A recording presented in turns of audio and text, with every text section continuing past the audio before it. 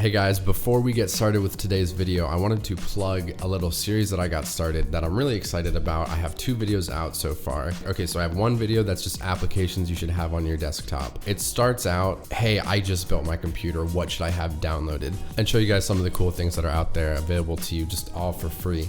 So go check those videos out. That would mean a lot to me. And also likes, comments, subscribes, any form of interaction with the channel is really helpful towards the algorithm, and just simply asking for it makes people 60% more likely to do so. YouTube is crazy, man. YouTube, this is nuts. And so it's been fun looking into it because hopefully this will grow and maybe the channel will turn into something someday. And hopefully this one blows up. So I'm going to be talking about how to get the best sound out of your microphone. We will talk about things that you should be looking for on the software side, and then also just the basic, how should you set it up? I know some of these things are obvious to people, but also sometimes people don't care. Like, it's a microphone, it's just gonna work, right? And I'd like to preface all of this just by simply saying, if you don't think that my audio sounds particularly good right now, I wouldn't disagree. I'm in a small room with hardwood floor and like just a desk in front of me. This is a very, very echoey room. And I'm not really putting my best foot forward here. I'm not about to destroy my walls by gluing foam to it. If you want to get rid of echo, if you want to get rid of background noise, then your best bet is RTX Voice. If you have an NVIDIA graphics card, a 2000 series or newer, you can get this software called RTX Voice that is just magic. So first thing that I wanted to talk about is something that I personally struggle with. If you're making videos, if you're streaming, this might not be super viable if you're streaming like a long form content, learning how to speak at the same volume. And to me, that's really hard to do without being monotone, right? So this works in tandem with when you set up the gain of your microphone. You're setting that up to a certain volume that you're going to be speaking. And if you can hold your volume at the same level where you're hitting -6 dB, you're gonna be golden. And I'm hinting a little bit towards the software side of things when we start monitoring and actually looking for these levels. Another thing that is probably more obvious is speaking directly into your mic. So I'm gonna start moving my mic around in ways that I see other people doing, and hopefully you'll be able to hear the difference. And first I'll just start with just simply blocking the microphone from my mouth. Even still in a good distance, when I'm not talking directly into the microphone, you can tell that it sounds different. If I move it away, now it's probably more echoey, like way out here. What are we talking into right now? What is this? What are we doing? If you get too close, I have a pop filter, but even now you might be getting some plosives here. I'm probably too loud. Obviously you can angle your microphone and you can get it away from your mouth, but just talk into it. Yes, I know this is an obvious tip, but I just still see so many people not talking into the microphone. Okay, let's switch over to some software stuff. I will make my cam a little small, drag myself down. So I'm running my mic through Voicemeeter. This is all subjective. I think it sounds decent right now. So I'm running my mic through Voicemeeter and I'm applying an IntelliPan effect. I have a gate on and a compression. So I am now shaping the way that my microphone sounds.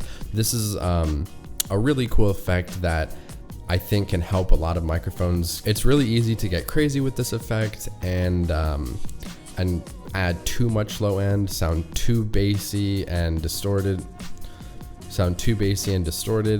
So be careful with this. So this IntelliPan effect, for like the millionth time on my channel, this is the bread and butter of Voicemeeter. So I wish we could do everything in Voicemeeter here, but for some reason they don't like to add numbers to this fader here. So I'm gonna have to open Audacity, which is just a free program you can download right now. So here's how we get our volume. So we have the microphone set up, we're talking into it, it's the correct distance from our mouth. And now how do we know what we wanna put our gain to? So if you have a microphone with a gain knob on it, start all the way down, the lowest gain possible. What I'm gonna be looking at in Audacity is this playback meter. So this will actually tell you your volume. So I want to hit around -6 to -7 dBs. Once you start recording, then you're going to be seeing something very similar to Voicemeeter right here, bouncing up and down whenever you talk. So that's going to be telling us what our volume is at. It would be so nice if Voicemeeter actually had numbers associated with this, so we didn't have to go into Audacity, but this is just something that I do before I start recording. So I'm going to hit record. I should be hovering around there already because I just did it. So okay, so here we are. Yep, and we're just right around -6. Okay, so that's super helpful. I'm already hovering around -6. I'm not getting too much louder, and I'm skewing a little bit more towards -12, between -12 and 6. Maybe I'm hitting 0 a little bit, but I shouldn't be clipping at all. And doing that, I mean, if you really care, that is another way that you could practice your speech and maintaining a certain volume. You can actually watch it and you can know, okay, that's what it feels like to go too loud.